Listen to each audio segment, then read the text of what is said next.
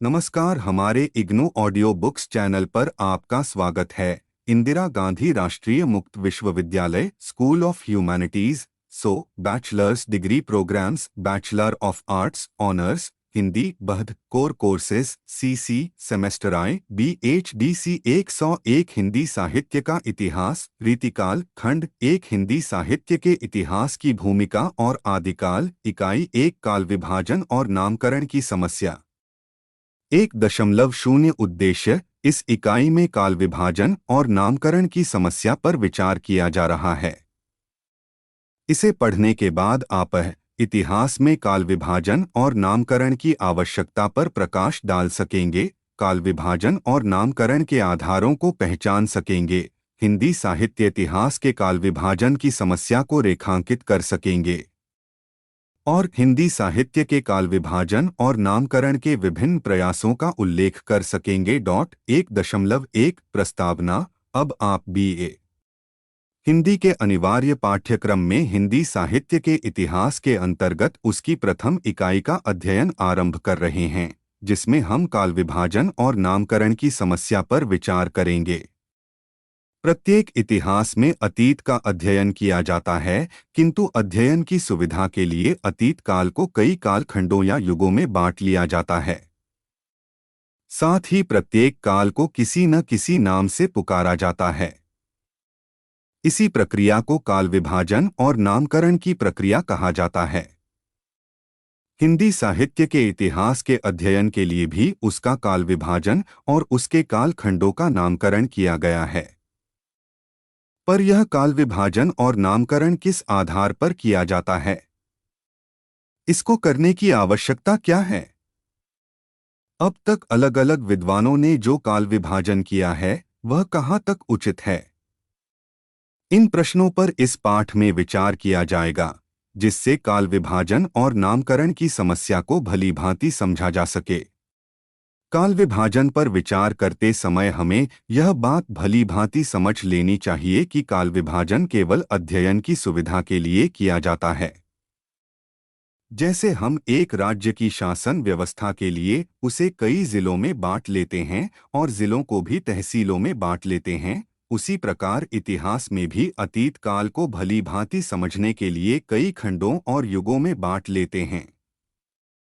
फिर यह भी ध्यान में रखने की बात है कि हर एक विद्वान काल विभाजन अपनी अपनी दृष्टि से करता है। ऐसी स्थिति में यह भी संभव है कि अलग अलग साहित्य इतिहास लेखकों के द्वारा किया गया काल विभाजन आपस में मेल न खाए। अतः इन बातों को ध्यान में रखते हुए ही हमें काल विभाजन की समस्या पर विचार करना है। 1.2 काल विभाजन और नामकरण की आवश्यकता। इतिहास को सही ढंग से समझने के लिए काल विभाजन और नामकरण आवश्यक है। साहित्य इतिहास भी इसका अपवाद नहीं है। काल विभाजन और नामकरण करने से इतिहास में एक प्रकार की व्यवस्था भी आती है। रेनेवेलेक का कहना ठीक है कि काल विभाजन के बिना साहित्य का इतिहास घटनाओं की अर्धव्यवस्था का समूह, मनमाना नामकरण और साहित्य का दिशाहीन प्रवाह हो जाता है। वस्तुतः काल विभाजन में साहित्य के विकास की दिशा, विकास को प्रभावित करने वाले तत्वों, विभिन्न परिवर्तनों और मोड़ों का पता चलता है। इसके जरिए हम साहित्य विशेष की बदली प्रवृत्तियों को समझ पाते हैं और उनका मूल्यांकन कर पाते हैं। समय बदलने के साथ साथ युग की परिस्थितियां और प्रवृत्तियां बदलती रहती हैं। इतिहास का अध्ययन करने के लिए प्रत्येक युग की परिस्थितियों और प्रवृत्तियों पर भी विचार किया जाता है। सभी युगों की परिस्थितियां और प्रवृत्तियां एक जैसी नहीं होती, इसीलिए इतिहास को उसकी परिस्थितियों के बदलने के अनुसार अलग अलग कालों में बांटना पड़ता है। फिर उन कालों या युगों की पहचान के लिए कोई न कोई नाम देना पड़ता है। इसीलिए इतिहास के अध्ययन में काल विभाजन और नामकरण की आवश्यकता पड़ती है। 1.3 काल विभाजन और नामकरण का आधार। अब आपके सामने यह स्पष्ट है कि काल विभाजन और नामकरण का उद्देश्य इतिहास की विभिन्न परिस्थितियों के संदर्भ में उसकी घटनाओं एवं प्रवृत्तियों के विकासक्रम को स्पष्ट करना होता है। साहित्य की अंतर्निहित चेतना के क्रमिक विकास, परंपराओं के उत्थान पतन और विभिन्न प्रवृत्तियों के उदय को स्पष्ट करना ही काल विभाजन और नामकरण का उद्देश्य है। साहित्य का विकास समाज के बीच होता है। समाज में जब कोई बड़ा परिवर्तन आता है तो साहित्य पर भी उसका प्रभाव पड़ता है। इस स्थिति में साहित्य इतिहास का काल विभाजन सामाजिक या राजनीतिक इतिहास से अप्रभावित नहीं रह सकता। पर साहित्य का अपना स्वतंत्र अस्तित्व होता है और वह राजनीति की अनुचर नहीं है। अतः राजनीतिक अथवा सामाजिक इतिहास का सहारा वहीं तक लिया जाना चाहिए जहां तक वह साहित्य की मूल चेतना को प्रभावित करती है। ऐसी स्थिति में यह भी संभव है कि अलग-अलग साहित्य इतिहास लेखकों के द्वारा किया गया काल विभाजन आपस में मेल न खाए। अतः इन बातों को ध्यान में रखते हुए ही हमें काल विभाजन की समस्या पर विचार करना है। 1.2 काल विभाजन और नामकरण की आवश्यकता। इतिहास को सही ढंग से समझने के लिए काल विभाजन और नामकरण आवश्यक है। साहित्य इतिहास भी इसका अपवाद नहीं है। काल विभाजन और नामकरण करने से इतिहास में एक प्रकार की व्यवस्था भी आती है। रेनेवेलेक का कहना ठीक है कि काल विभाजन के बिना साहित्य का इतिहास घटनाओं की अर्धव्यवस्था का समूह, मनमाना नामकरण और साहित्य का दिशाहीन प्रवाह हो जाता है। वस्तुतः काल विभाजन में साहित्य के विकास की दिशा, विकास को प्रभावित करने वाले तत्वों, विभिन्न परिवर्तनों और मोड़ों का पता चलता है। इसके जरिए हम साहित्य विशेष की बदली प्रवृत्तियों को समझ पाते हैं और उनका मूल्यांकन कर पाते हैं। समय बदलने के साथ साथ युग की परिस्थितियां और प्रवृत्तियां बदलती रहती हैं। इतिहास का अध्ययन करने के लिए प्रत्येक युग की परिस्थितियों और प्रवृत्तियों पर भी विचार किया जाता है। सभी युगों की परिस्थितियां और प्रवृत्तियां एक जैसी नहीं होती, इसीलिए इतिहास को उसकी परिस्थितियों के बदलने के अनुसार अलग-अलग कालों में बांटना पड़ता है। फिर उन कालों या युगों की पहचान के लिए कोई न कोई नाम देना पड़ता है। इसीलिए इतिहास के अध्ययन में काल विभाजन और नामकरण की आवश्यकता पड़ती है। 1.3 काल विभाजन और नामकरण का आधार। अब आपके सामने यह स्पष्ट है कि काल विभाजन और नामकरण का उद्देश्य इतिहास की विभिन्न परिस्थितियों के संदर्भ में उसकी घटनाओं एवं प्रवृत्तियों के विकासक्रम को स्पष्ट करना होता है। साहित्य की अंतर्निहित चेतना के क्रमिक विकास, परंपराओं के उत्थान पतन और विभिन्न प्रवृत्तियों के उदय को स्पष्ट करना ही काल विभाजन और नामकरण का उद्देश्य है। साहित्य का विकास समाज के बीच होता है। समाज में जब कोई बड़ा परिवर्तन आता है तो साहित्य पर भी उसका प्रभाव पड़ता है। इस स्थिति में साहित्य इतिहास का काल विभाजन सामाजिक या राजनीतिक इतिहास से अप्रभावित नहीं रह सकता। पर साहित्य का अपना स्वतंत्र अस्तित्व होता है और वह राजनीति की अनुचर नहीं है। अतः राजनीतिक अथवा सामाजिक इतिहास का सहारा वहीं तक लिया जाना चाहिए जहां तक वह साहित्य की मूल चेतना को प्रभावित करती है। 3 युगों की सीमा का निर्धारण मूल प्रवृत्तियों के शुरू होने और अस्त होने पर आधारित होना चाहिए। जहां से साहित्य की मूल चेतना में परिवर्तन दृष्टिगत हो वहीं से नए काल की शुरुआत मानी जानी चाहिए। 1.4 हिंदी साहित्य के काल विभाजन की समस्या। जब हिंदी साहित्य के इतिहास का काल विभाजन करने की चेष्टा करते हैं तो हमारे सामने कई समस्याएं उपस्थित होती हैं। सबसे पहले तो इस बात का निर्णय करना कठिन है कि हिंदी साहित्य का इतिहास कब से आरंभ होता है, क्योंकि इसके बारे में भी विद्वानों के अलग-अलग मत हैं। हिंदी साहित्य के सुप्रसिद्ध इतिहास लेखक जॉर्ज ग्रियर्सन ने अपने इतिहास ग्रंथ में हिंदी साहित्य का आरंभ 7वीं शताब्दी से ही माना है। परंतु दूसरे इतिहासकार इस मत को स्वीकार नहीं करते। आचार्य रामचंद्र शुक्ल का मत है कि पुरानी हिंदी का जन्म तो 7वीं शताब्दी के आसपास हो गया था तथा उसमें सिद्धों, जैनियों एवं नाथपंथियों ने काव्य भी लिखा था, पर उनके काव्य में अपने अपने धर्म संप्रदाय की शिक्षाएं दी गई हैं। इसीलिए उनमें काव्य के गुण कम मिलते हैं। इसलिए आचार्य शुक्ल इन कवियों के द्वारा रचे हुए काव्य को कोरी सांप्रदायिक शिक्षा मानकर काव्य के रूप में स्वीकार नहीं करते। उनका विचार था कि हिंदी का वास्तविक काव्य वह है जो कि विक्रमी संवत 1050 993 ई के बाद से लिखा गया। कहने का तात्पर्य यह है कि आचार्य शुक्ल के मतानुसार हिंदी साहित्य के इतिहास का आरंभ संवत 1050 या 993 ई से ही मानना चाहिए। आचार्य हजारी प्रसाद द्विवेदी हिंदी साहित्य का आरंभ 10वीं शताब्दी से मानते हैं। डॉक्टर रामकुमार वर्मा और डॉक्टर नगेंद्र इसका आरंभ 7वीं शताब्दी से मानते हैं। हिंदी साहित्य का आरंभ कब से माना जाए, इसके बारे में एक समस्या और भी है। वह है हिंदी भाषा और अपभ्रंश भाषा के पारस्परिक संबंध की। भाषा विज्ञान के विद्वान कहते हैं कि प्राकृत भाषा से अपभ्रंश भाषा का और अपभ्रंश भाषा से आधुनिक भारतीय भाषाओं जिनमें हिंदी भी एक है का विकास हुआ। इस दृष्टि से अपभ्रंश भाषा हिंदी की जननी है। परंतु कुछ विद्वान अपभ्रंश को हिंदी से अलग न मानकर हिंदी का ही एक रूप मानते हैं। उदाहरण के लिए आचार्य रामचंद्र शुक्ल ने अपभ्रंश को प्राकृताभास हिंदी, ऐसी हिंदी जिसमें प्राकृत का आभास हो, माना है। दूसरे वर्ग में वे विद्वान आते हैं जो कि अपभ्रंश को हिंदी से अलग मानते हुए 10वीं शताब्दी के बाद से हिंदी साहित्य का आरंभ मानते हैं। परंतु अब इस बात का निर्णय हो गया है कि अपभ्रंश और हिंदी दोनों एक भाषा नहीं हैं। निश्चय ही अपभ्रंश हिंदी की जननी है। उससे न केवल हिंदी अपितु उत्तर भारत की और भी कई भाषाएं जैसे पंजाबी, गुजराती, मराठी, बंगला आदि विकसित हुई हैं। आचार्य हजारी प्रसाद द्विवेदी ने भी इस मत का दृढ़ता से खंडन किया है कि हिंदी और अपभ्रंश एक हैं। अस्तु अब भाषा विज्ञान और साहित्य के क्षेत्र के प्रायः सभी विद्वानों ने यह मत स्वीकार कर लिया है कि अपभ्रंश और हिंदी एक नहीं है, अपितु अलग अलग भाषाएं हैं।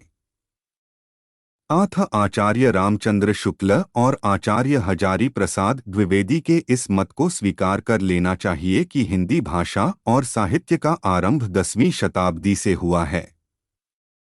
10वीं से 14वीं शताब्दी तक का साहित्य अपभ्रंश से भिन्न भाषा का साहित्य है। वस्तुतः इसमें हिंदी की आधुनिक बोलियों के पूर्वरूप की झलक मिल जाती है। इसी कारण हिंदी साहित्य के इतिहास लेखक 10वीं शताब्दी से हिंदी साहित्य का आरंभ स्वीकार करते हैं। 1 अप्रैल 2001 हिंदी साहित्य के काल विभाजन के विभिन्न प्रयास। हिंदी साहित्य इतिहास के काल विभाजन का प्रथम श्रेय जॉर्ज ग्रियर्सन को जाता है। इसके बाद मिश्र बंधुओं रामचंद्र शुक्ल और हजारी प्रसाद द्विवेदी ने हिंदी साहित्य के काल विभाजन का प्रयत्न किया है। इनके अतिरिक्त भारतीय हिंदी परिषद डॉक्टर धीरेन्द्र वर्मा द्वारा संपादित और डॉक्टर गणपति चंद्र गुप्त ने भी काल विभाजन का प्रयत्न किया है। आइए विभिन्न विद्वानों द्वारा किए गए काल विभाजन पर एक नज़र डालें। जॉर्ज ग्रियर्सन द्वारा किया गया काल विभाजन का चारण काल 700 ई से 1300 ई तक। 15वीं शती का धार्मिक पुनर्जागरण। जायसी की प्रेम कविता। कृष्ण संप्रदाय। मुगल दरबार। तुलसीदास। प्रेम काव्य। तुलसीदास के अन्य परवर्ती। 18वीं शताब्दी। कंपनी के शासन में हिंदुस्तान। विक्टोरिया के शासन में हिंदुस्तान।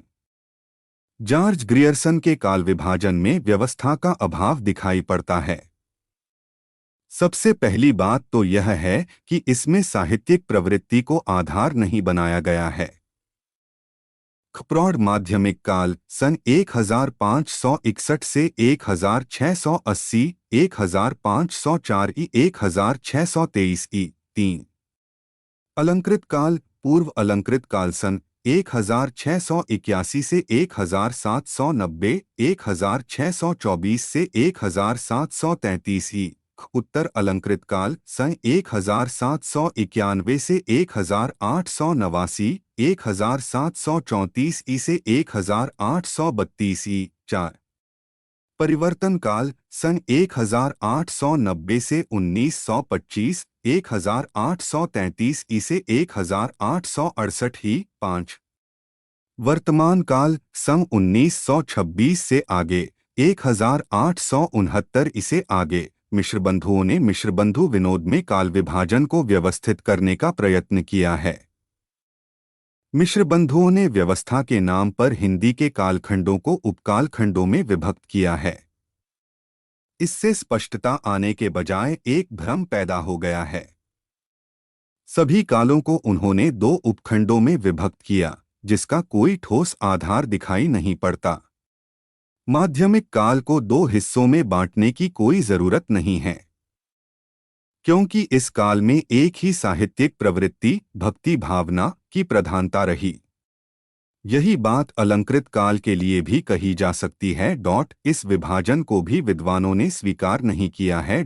आचार्य रामचंद्र शुक्ल द्वारा किया गया काल विभाजन वीरगाथा काल सन 1050 से 1375, 993 इसे 1318 भक्तिकाल सन 1375 से 1700-1318 ई से 1643 ई 3।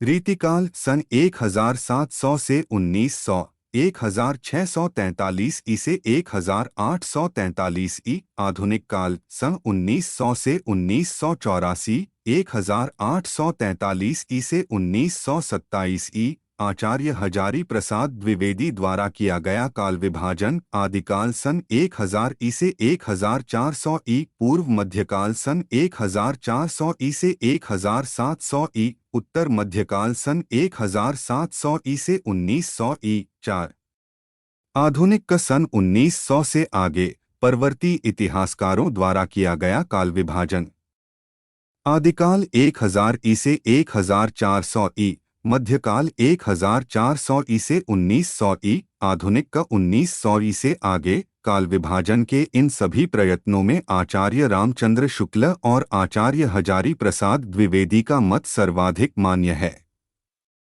आचार्य रामचंद्र शुक्ल ने प्रवृत्तियों को आधार बनाकर कालों का सुव्यवस्थित विभाजन किया है।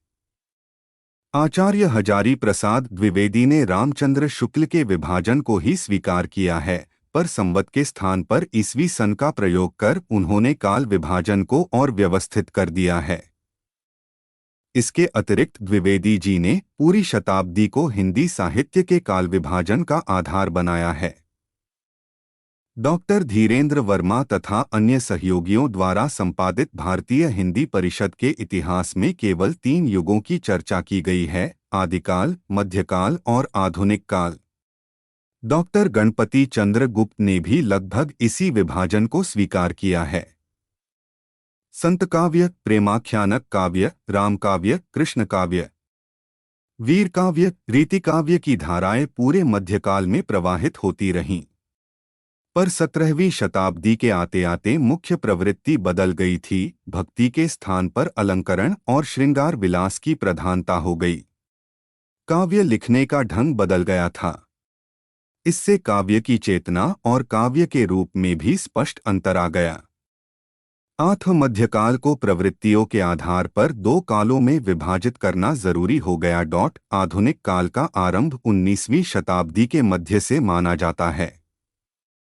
1857 की क्रांति भारतीय इतिहास की एक बड़ी घटना है। वस्तुतः यह क्रांति मध्ययुग की समाप्ति और आधुनिक युग के आरंभ का उद्घोष है। पश्चिमी ज्ञान विज्ञान से भारतीय जनता का संपर्क और संघर्ष हुआ। फलतः आधुनिक युग का जन्म हुआ। नई तकनीकों के आगमन के कारण गद्य साहित्य का तेजी से विकास हुआ। राष्ट्रीय आंदोलन अपने नए तेवर के साथ सामने आया। इससे हिंदी साहित्य प्रभावित हुआ। 1900 से 1920 ई तक के साहित्य में राष्ट्रीयता का स्वर उभर कर सामने आया। 1920 से 1936 ई तक गांधी और रवींद्रनाथ ठाकुर का प्रभाव साहित्य पर पड़ा। एक आदर्शवाद और रोमानियत का प्रस्फुटन काव्य के माध्यम से हुआ, जिसे छायावाद के नाम से जाना जाता है। 1936 ई में प्रगतिशील लेखक संघ की स्थापना के बाद प्रगतिवाद का जोर साहित्य में बढ़ा, इसमें कवियों का समाजवादी रुझान सामने आया। इसके बाद तार सप्तक का प्रकाशन सन 1943 हिंदी साहित्य में एक नए मोड़ के रूप में आया, जिसे प्रयोगवाद के नाम से भी जाना जाता है। इसके बाद साहित्यकाल कई बार युग परिवर्तन की घोषणा कर चुका है, पर उस विस्तार में जाना हमारा उद्देश्य नहीं है। हिंदी साहित्य के काल विभाजन को नीचे एक तालिका के रूप में प्रस्तुत किया जा रहा है। काल विभाजन: आदिकाल 10वीं श से 14वीं श से, पूर्व मध्यकाल 14वीं श से 17वीं श, उत्तर मध्यकाल 17वीं श से 19वीं श से, आधुनिक काल 19वीं श से अब तक। यही काल विभाजन हिंदी साहित्य के इतिहासकारों के बीच मान्य है। 1.5 नामकरण संबंधी विवाद: काल विभाजन के समान कालों के प्रथम नामकरण का श्रेय भी ग्रियर्सन को है। इसके बाद मिश्र बंधुओं ने कालों का नामकरण किया। तत्पश्चात रामचंद्र शुक्ल, हजारी प्रसाद द्विवेदी और अन्य परवर्ती इतिहासकारों ने हम अलग अलग कालों के नामकरण पर अलग अलग विचार करेंगे। 1 मई 2001 आदिकाल: सबसे पहले 10वीं शताब्दी से 14वीं शताब्दी के कालखंड को लें, जिसमें हिंदी का प्रारंभिक साहित्य लिखा गया। विभिन्न विद्वानों ने इसका नामकरण इस प्रकार किया है: इतिहासकार तथा नामकरण 1, ग्रियर्सन चारण काल 2, मिश्रबंधु प्रारंभिक काल 3, रामचंद्र शुक्लक वीरगाथा काल 4, राहुल सांकृत्यायन सिद्ध सामंत युग 5, महावीर प्रसाद द्विवेदी बीजवपन काल 6, विश्वनाथ प्रसाद मिश्र वीर काल 7, हजारी प्रसाद द्विवेदी आदिकाल 8, रामकुमार वर्मा संधिकाल एवं चारणकाल। हिंदी साहित्य इतिहास के विभिन्न कालों का नामकरण करने का प्रथम श्रेय ग्रियर्सन को जाता है। उन्होंने हिंदी साहित्य इतिहास के आरंभिक काल का चारण काल के रूप में नामकरण किया, पर इस नाम के पक्ष में वे कोई ठोस तर्क नहीं उपस्थित कर पाए। वे हिंदी साहित्य के इतिहास की शुरुआत 643 ईसे करते हैं, पर उस समय किसी चारण रचना या चारण प्रवृत्ति का उल्लेख वे नहीं कर सके हैं। वस्तुतः इस प्रकार की रचनाएं 1000 ई तक मिलती ही नहीं हैं। आर्थर ग्रियर्सन द्वारा किया गया नामकरण अनुपयुक्त प्रतीत होता है। ग्रियर्सन के बाद मिश्र बंधुओं ने 643 ई से 1387 ई तक के काल को आरंभिक काल कहा। यह एक सामान्य संज्ञा है और इसमें किसी प्रवृत्ति को आधार नहीं बनाया गया है। मिश्रबंधुओं के बाद आचार्य रामचंद्र शुक्ल ने हिंदी साहित्य इतिहास के इस कालखंड का नाम वीरगाथा काल रखा। वीरगाथा काल नामकरण का आधार स्पष्ट करते हुए शुक्ल जी लिखते हैं: आदिकाल की इस दीर्घ परंपरा के बीच प्रथम 150 वर्ष के भीतर तो रचना की किसी विशेष प्रवृत्ति का निश्चय नहीं होता है। धर्म, नीति, श्रृंगार, वीर सब प्रकार की रचनाएं दोहों में मिलती है। इस अनिर्दिष्ट लोक प्रवृत्ति के उपरांत जब से मुसलमानों की चढ़ाइयों का आरंभ होता है, तब से हम हिंदी साहित्य की प्रवृत्ति एक विशेष रूप में बंधी हुई पाते हैं। राजाश्रित कवि अपने आश्रयदाता राजाओं के पराक्रमपूर्ण चरितों या गाथाओं का वर्णन करते थे। यही प्रबंध परंपरा रासों के नाम से पाई जाती है, जिसे लक्ष्य करके इस काल को हमने वीरगाथा काल कहा है। आचार्य शुक्ल ने जिन 12 पुस्तकों के आधार पर आदिकाल का विवेचन तथा नामकरण किया, वे इस प्रकार हैं: 1 विजयपाल रासो, 2 हम्मीर रासो, 3 कीर्तिलता, 4 कीर्तिप्ताका, 5 खुमान रासो, 6 बीसलदेव रासो, 7 पृथ्वीराज रासो, 8 जयचंद्र प्रकाश, 9 जयमयंक जस चंद्रिका, 10 परमाल रासो, 11 खुसरो की पहेलियां और 12 विद्याप्ति पदावली। वे लिखते हैं कि इन्हीं 12 पुस्तकों की दृष्टि से आदिकाल का लक्षण निरूपण और नामकरण हो सकता है। इनमें से अंतिम 2 तथा बीसलदेव रासो को छोड़कर शेष सब ग्रंथ वीरगाथात्मक हैं। आदिकाल का नाम वीरगाथा काल ही रखा जा सकता है। आचार्य रामचंद्र शुक्ल ने जिन 12 पुस्तकों के आधार पर इस काल की प्रवृत्तियों का विवेचन और नामकरण किया है, उनमें कई बाद की रचनाएं हैं और कई नोटिस मात्र हैं, और कई पुस्तकों के बारे में यह कहना मुश्किल है कि उनका मूल रूप क्या था। मसलन नए शोधों के आधार पर खुमान रासो और बीसलदेव रासो को 16वीं शताब्दी में रचित माना गया है। हम्मीर रासो को नोटिस मात्र समझा जा सकता है, अर्थात यह ग्रंथ प्राप्त नहीं हुआ, इसकी सूचना दूसरे ग्रंथों में मिलती है। इसी प्रकार प्रसिद्ध महाकाव्य पृथ्वीराज रासो को अर्धप्रमाणिक रचना मान लिया गया है। केवल इन पुस्तकों के आधार पर वीरगाथा काल नाम दे देना उचित प्रतीत नहीं होता। इसके अतिरिक्त इस काल में वीर काव्य ही नहीं लिखे गए, बल्कि धार्मिक, श्रृंगारिक और फुटकर लौकिक साहित्य की रचना भी हुई। वीरगाथा काल नामकरण के कारण इन प्रवृत्तियों की उपेक्षा हो जाती है। राहुल सांकृत्यायन ने विवेच्य काल को सिद्ध सामंत काल कहा है। यह नाम केवल 2 वर्गों की ओर संकेत करता है, सिद्ध और सामंत। सिद्ध जहां रचनाकार थे वहीं सामंत रचना प्रेरक। राहुल जी ने जो यह संयोग बनाया है वह भी तर्कसंगत नहीं है। इसके अतिरिक्त यह कई प्रवृत्तियों को नजरअंदाज कर देता है। नाथपंथी और हठयोगी कवियों तथा खुसरो आदि की काव्य प्रवृत्तियों का इस नाम में समावेश नहीं होता, इसलिए यह नाम भी मान्य नहीं है। विश्वनाथ प्रसाद मिश्र द्वारा दिया गया नाम वीरकाल शुक्ल जी के नामकरण का रूपांतर है। इसमें कोई मौलिकता नहीं है। आचार्य हजारी प्रसाद द्विवेदी 10वीं से 14वीं शताब्दी तक के कालखंड को आदिकाल कहना पसंद करते हैं। उन्होंने आदिकाल के अंतर्गत धार्मिक रचनाओं का भी समावेश किया है। उनका तर्क है कि यदि इस काल की धार्मिक रचनाओं को साहित्य का अंग न माना गया तो भक्तिकाल की संपूर्ण संपदा से हमें हाथ धोना पड़ेगा। इसके अतिरिक्त इस समय और भी कई प्रवृत्तियों का जन्म और विकास हो रहा था, जैसे श्रृंगार काव्य, लौकिक काव्य आदि। वीरगाथात्मक काव्य से अलग काव्य प्रवृत्तियां भी जनता की चित्तवृत्ति का ही प्रतीक हैं। आदिकाल का नामकरण करते समय उनकी उपेक्षा नहीं की जा सकती। डॉक्टर रामकुमार वर्मा ने आदिकाल को 2 खंडों में विभाजित कर दिया है, संधिकाल और चारणकाल। संधिकाल भाषा की ओर संकेत करता है और चारणकाल से एक वर्ग विशेष का बोध होता है।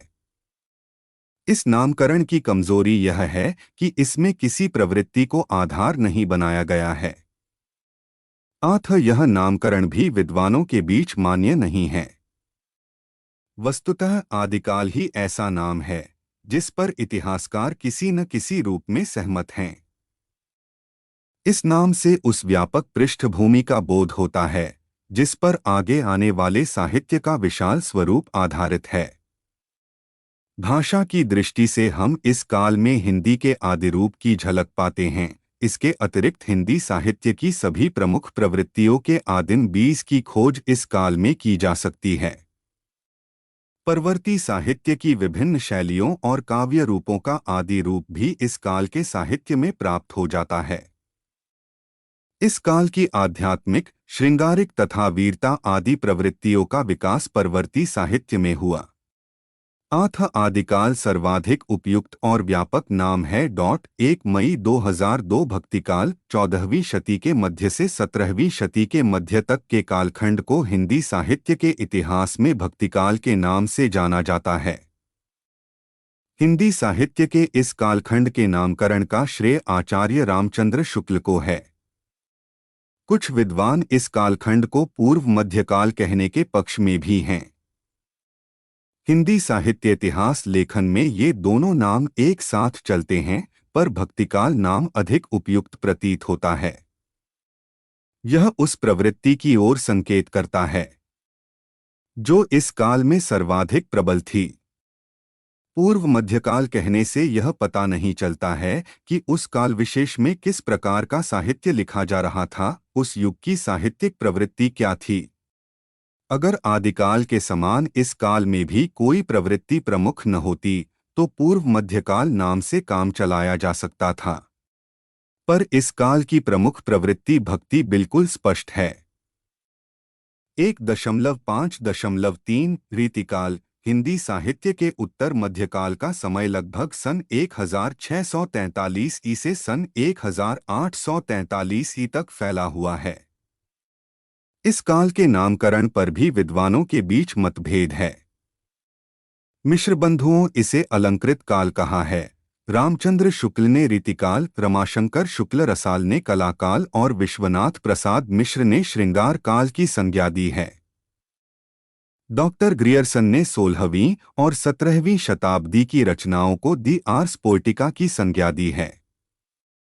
लैटिन भाषा में इस शब्द का अर्थ काव्य कला होता है।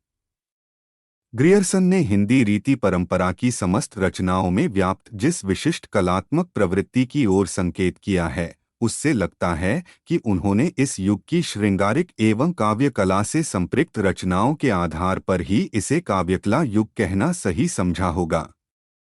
पर काव्य कला के युग के नामकरण का स्पष्ट विश्लेषण उन्होंने कहीं नहीं किया। मिश्र बंधुओं ने विवेच्य काल को अलंकृत काल कहा है।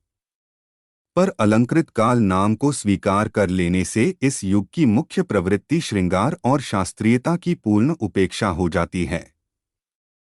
इसके अतिरिक्त कवियों की प्रवृत्ति केवल अलंकार युक्त रचनाएं करने की नहीं थी। उन्होंने इसकी अपेक्षा रस पर अधिक बल दिया है। आचार्य विश्वनाथ प्रसाद मिश्र कहते हैं कि मिश्र बंधुओं ने यहाँ अलंकार शब्द का प्रयोग काव्य निरूपण प्रवृत्ति के लिए किया है। पर मिश्र बंधुओं ने अलंकृत शब्द का प्रयोग काव्य के लिए किया है, न कि रीति के लिए। और दूसरी बात यह है कि इस काल तक आते आते अलंकार एक काव्यांग विशेष के लिए रूढ़ हो चुका था। हम पहले बता चुके हैं कि आचार्य रामचंद्र शुक्ल ने इस काल को रीतिकाल कहा है। इस नाम को सभी विद्वानों ने लगभग एकमत से स्वीकार किया है। रामचंद्र शुक्ल की रीति वामन की रीति से भिन्न है। वामन ने जहां इसे विशिष्ट पद रचना शैली कहा, आचार्य शुक्ल ने इसका प्रयोग तत्कालीन लिखित लक्षण ग्रंथों के लिए किया। आचार्य शुक्ल ने वामन की रीति के कुछ अंशों को ग्रहण करते हुए भी रीति को केवल एक प्रकार न मानकर एक दृष्टिकोण माना। इसलिए उनके अनुसार जिसने लक्षण ग्रंथों की रचना की हो वही रीति कवि नहीं है, बल्कि जिस कवि का दृष्टिकोण रीतिबद्ध हो उसे भी रीति काव्य के अंतर्गत रखा जा सकता है। इस काल में लक्षण ग्रंथ लिखने की होड़ सी मच गई थी।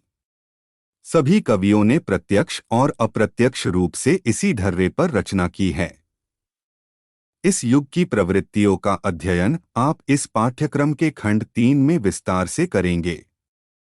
आचार्य शुक्ल को रीतिकाल नामकरण करने में किसी प्रकार की कठिनाई नहीं हुई। डॉक्टर रमाशंकर शुक्ल रसाल ने रीतिकाल को कलाकाल का नाम दिया। रसाल जी द्वारा दिए गए इस नाम से स्पष्ट है कि वे ग्रियर्सन और मिश्र बंधुओं द्वारा दिए गए नामों की सीमा से आगे नहीं बढ़ सके। वस्तुतः कलाकाल से रीतिकाल के काव्य के बहिरंग पक्ष का ही स्वरूप स्थिर हो पाता है और उससे उस युग की व्यापक श्रृंगारिक चेतना की प्रायः अवमानना हो जाती है। पर विश्वनाथ प्रसाद मिश्र ने इस काल को श्रृंगार काल कहना अधिक उपयुक्त समझा। उनके विचार से रीति शब्द काव्य के बहिरंग का बोधक है। रीति काव्य की आत्मा श्रृंगार है, जिसका प्रवाह 17वीं शताब्दी के मध्य से 19वीं शताब्दी तक होता रहा। रीतिकाल में अन्य प्रवृत्तियां भी सामने आईं, पर श्रृंगार के समक्ष टिक न सकीं। बोलबाला श्रृंगार का ही रहा। वस्तुतः हिंदी साहित्य के उत्तर मध्यकाल में रीतिग्रंथों का ही सृजन किया गया। इस काल की रचनाओं में यदि श्रृंगारिक छंदों का समावेश हुआ तो उसका मुख्य कारण इसकी श्रृंगारिक प्रवृत्ति के स्थान पर विलासी आश्रयदाताओं को प्रसन्न करने के अतिरिक्त शास्त्र के इस रूढ़ विषय को सरस बनाने का प्रयत्न ही मानना चाहिए। यदि कवि श्रृंगार वर्णन को ही उद्देश्य समझते तो लक्षण के बंधनों में अपनी रचनाओं को उलझाकर कहीं कहीं दूषित अथवा कवित्वहीन न कर बैठते। विवेच्य काल के लिए दो ही नाम उपयुक्त प्रतीत होते हैं। प्रवृत्ति की दृष्टि से रीतिकाल और विषय की दृष्टि से श्रृंगार काल। आचार्य शुक्ल ने भी श्रृंगार काल नामकरण के संदर्भ में विशेष आपत्ति नहीं उठाई है, पर समग्रता की दृष्टि से रीतिकाल श्रृंगार काल की अपेक्षा अधिक सटीक लगता है और विद्वानों के बीच यह मान्य भी हुआ है। 1.5.4 आधुनिक काल हिंदी साहित्य इतिहास का अंतिम कालखंड आधुनिक काल के नाम से जाना जाता है। आधुनिक शब्द दो अर्थों को अपने में लपेटे हुए है। एक है मध्यकाल से भिन्नता और दूसरा है अलौकिक दृष्टिकोण। मध्यकाल अपने अवरोध, जड़ता और रूढ़िवादिता के कारण स्थिर और रूढ़ हो चुका था। 1857 का विद्रोह मध्ययुग की जड़ता की समाप्ति और आधुनिक युग के आरंभ का उद्घोष था। इस समय देश के प्रबुद्ध वर्ग ने नए सिरे से सोचना आरंभ किया। इसी प्रकार रीतिकाल में साहित्य अपने कथ्य और शैली की दृष्टि रूढ़ हो चुका था। आधुनिक काल ने इस जड़ता को खंडित किया और जीवन की धारा विविध स्रोतों में फूट निकली। साहित्य मनुष्य के सुख दुख के साथ जुड़ गया। आधुनिक युग में सोचने विचारने का दृष्टिकोण सांसारिक हो गया और धर्म, दर्शन, साहित्य, चित्र आदि के प्रति नया दृष्टिकोण सामने आया। इस काल में सुधार, परिष्कार और अतीत की व्याख्या नए ढंग से की गई। इस ऐतिहासिक प्रक्रिया में साहित्य की भाषा भी बदली और ब्रजभाषा का स्थान खड़ी बोली ने ले लिया। आचार्य रामचंद्र शुक्ल ने आधुनिक काल को गद्य और काव्य के दो खंडों में बांट दिया। दोनों खंडों को पुनः दो प्रकरणों में बांटा गया। गद्य के पहले प्रकरण में ब्रजभाषा और खड़ी बोली गद्य का विवेचन किया गया है और दूसरे खंड में गद्य साहित्य का उद्भव निरूपित किया गया है। इसे फिर तीन उत्थानों प्रथम, द्वितीय और तृतीय में विभाजित किया गया है। काव्य खंड में भी दो प्रकरण हैं, पुरानी और नई काव्यधारा। गद्य खंड की तरह इसमें भी नई काव्यधारा के तीन उत्थान हैं। आचार्य रामचंद्र शुक्ल ने इस कालखंड को गद्यकाल कहा है। यह सही है कि आधुनिक तकनीकों के कारण इस युग में गद्य साहित्य तेजी से विकसित हुआ और खासकर प्रेस ने साहित्य को प्रजातांत्रिक रूप दिया। समाचार पत्र, उपन्यास, आधुनिक ढंग के निबंध, कहानियां प्रेस के प्रचार के बाद ही तेजी से आगे बढ़ी। पर इस युग का नाम अगर गद्यकाल रख दिया जाए तो वह काव्य प्रवृत्ति बिल्कुल छूट जाएगी जो आधुनिक विचारों से उत्प्रोत है। इसलिए हमें इस काल का आधुनिक काल नाम ही अधिक उचित प्रतीत होता है। आधुनिक काल को भी कई कालखंडों में विभाजित किया जा सकता है, जैसे 1. पुनर्जागरण काल, भारतेंदु काल 1857 से 1902। जागरण सुधार काल, द्विवेदी काल 1900 से 1918। 3. छायावाद काल 1918 से 1936। 4. छायावादोत्तर काल क प्रगति प्रयोग काल 1936 से 1950। ख नवलेखन काल 1985 से अब तक। पुनर्जागरण काल बटा भारतेंदु काल 1857 से 1900 तक के काल को पुनर्जागरण काल या भारतेंदु काल के नाम से जाना जाता है। दोनों ही नाम हिंदी साहित्य के इतिहास में प्रयुक्त होते हैं। यह काल राष्ट्रीय सांस्कृतिक पुनर्जागरण का समय है। राजा राममोहन राय, केशव चंद्र सेन, दयानंद सरस्वती, विवेकानंद आदि के कारण एक नवीन राष्ट्रीय सांस्कृतिक चेतना का जन्म हुआ। इसका सीधा प्रभाव साहित्य पर पड़ा। साहित्य नए दृष्टिकोण से संपृक्त हुआ और मध्यकालीन जड़ता को उसने पूरी तरह तोड़ दिया। इस दृष्टि से इस कालखंड को पुनर्जागरण काल कहा जाता है। आप जानते हैं कि नामकरण करते समय ऐसे व्यक्ति को भी आधार बनाया जा सकता है जिससे उस कालखंड का इतिहास प्रभावित हुआ हो। इस कालखंड में भारतेंदु हरिश्चंद्र पूरे हिंदी साहित्य पर छाए रहे। उन्होंने हिंदी गद्य को भाषा और विधा की दृष्टि एक नवीन दिशा दी।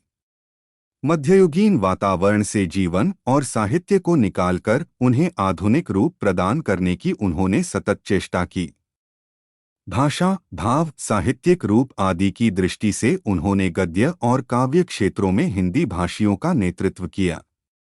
उनके व्यक्तित्व का प्रतिबिंब अन्य कवियों और लेखकों की रचनाओं में बराबर मिलता है। इस काल का नामकरण भारतेंदु काल उपयुक्त है।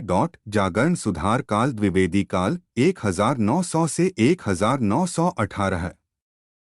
हिंदी कविता को राष्ट्रीयता, प्रगति और स्वच्छंदता से जोड़ने का प्रमुख कार्य इस काल में हुआ। इस युग का नामकरण महावीर प्रसाद द्विवेदी के नाम पर द्विवेदी युग किया गया है। 1903 में सरस्वती का संपादकत्व ग्रहण करने के बाद उन्होंने खड़ी बोली का परिष्कार आरंभ किया। उन्होंने अनेक कवियों और लेखकों का मार्ग निर्देशन किया।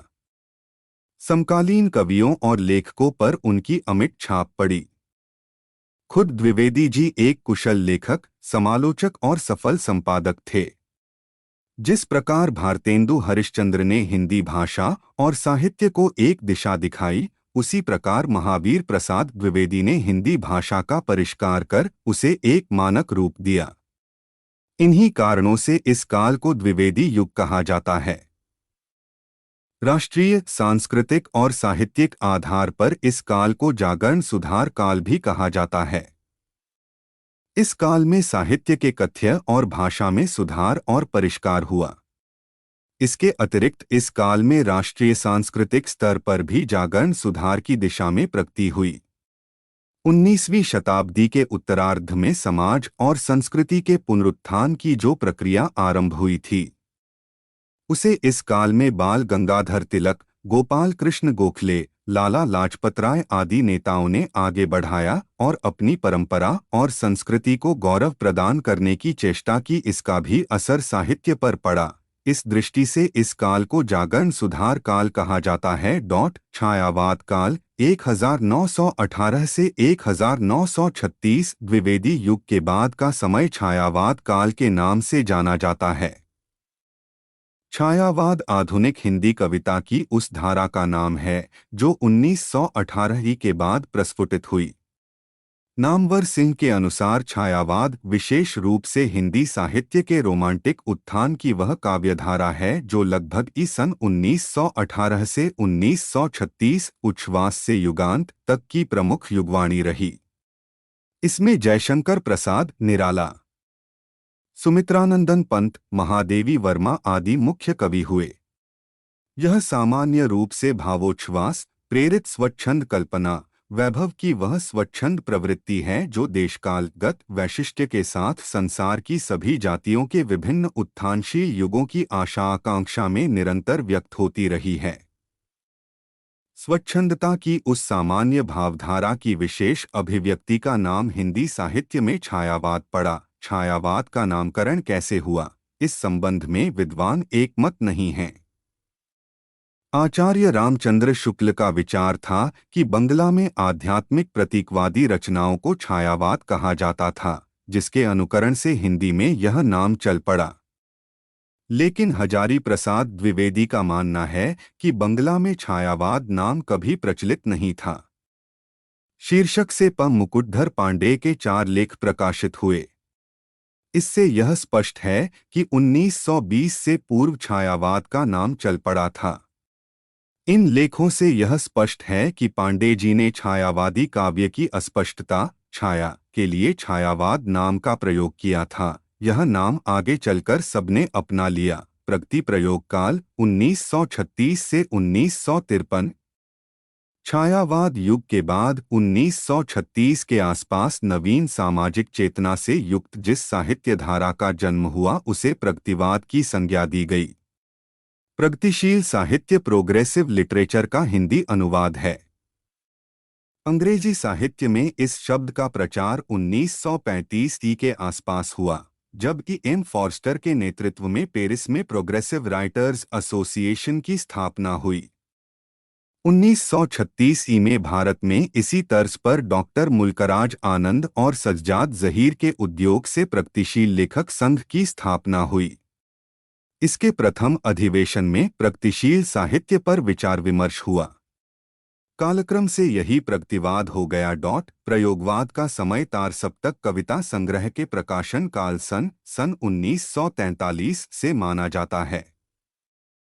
प्रयोगवाद नाम चलने का कारण तार सप्तक का संपादकीय है, जिसमें प्रयोग और प्रयोगशीलता की बार बार चर्चा की गई है। प्रयोग की इसी रट के कारण इस संग्रह की कविताओं को प्रयोगवाद कह दिया गया। पर इस नाम से तार सप्तक के संपादक अज्ञेय सहमत नहीं हैं, बल्कि उन्होंने दूसरा सप्तक 1951 की भूमिका में इसका विरोध भी किया है। परंतु जिस प्रकार छायावादियों के न चाहने पर भी छायावाद की संज्ञा चल पड़ी, उसी प्रकार प्रयोगवाद भी चल पड़ा। अब इससे एक निश्चित काव्य प्रवृत्ति का बोध होता है और प्रचलन से इसमें पर्याप्त अर्थवत्ता आ गई है। नवलेखन काल 1953 से आगे प्रयोगवाद या प्रयोग युग के बाद हिंदी साहित्य में कई प्रवृत्तियां उभरी। यथार्थ के कई पहलू सामने आए। इसके अतिरिक्त यह साहित्य प्रवाह इतनी तेजी से प्रभावित हो रहा है कि यह सवाल बार बार सामने आता है कि इसे किसी एक नाम में बांधा जाए या नहीं। स्वतंत्रता के बाद लिखी गई कविताओं को नई कविता कहा गया, जिनमें नए मूल्यों और नए शिल्प विधान का अन्वेषण किया गया। नई कविता नाम पर यह आपत्ति उठाई जाती है कि नयापन किसी साहित्य की विकासशील परंपरा का द्योतक होता है। इस काल की कविता को नई कविता कहने का क्या औचित्य है? फिर भी नई कविता नाम स्वतंत्रता के बाद लिखी गई उन कविताओं के लिए रूढ़ हो गया जो अपने विषय और शिल्प में प्रगतिवाद और प्रयोगवाद का विकास होकर भी विशिष्ट हैं। इस नई कविता के अनेक स्रोत फूटे और कई काव्यांदोलन सामने आए, जैसे अकविता, अतिकविता, अस्वीकृत कविता आदि आदि। इसी प्रकार कहानी में भी नई कहानी का जोर चल पड़ा। साहित्य के नए नए रूप और आयाम सामने आए। इन सभी प्रवृत्तियों को एक साथ समेटना विवादास्पद हो सकता है, पर सुविधा की दृष्टि से इसे नवलेखन काल कहा जा सकता है।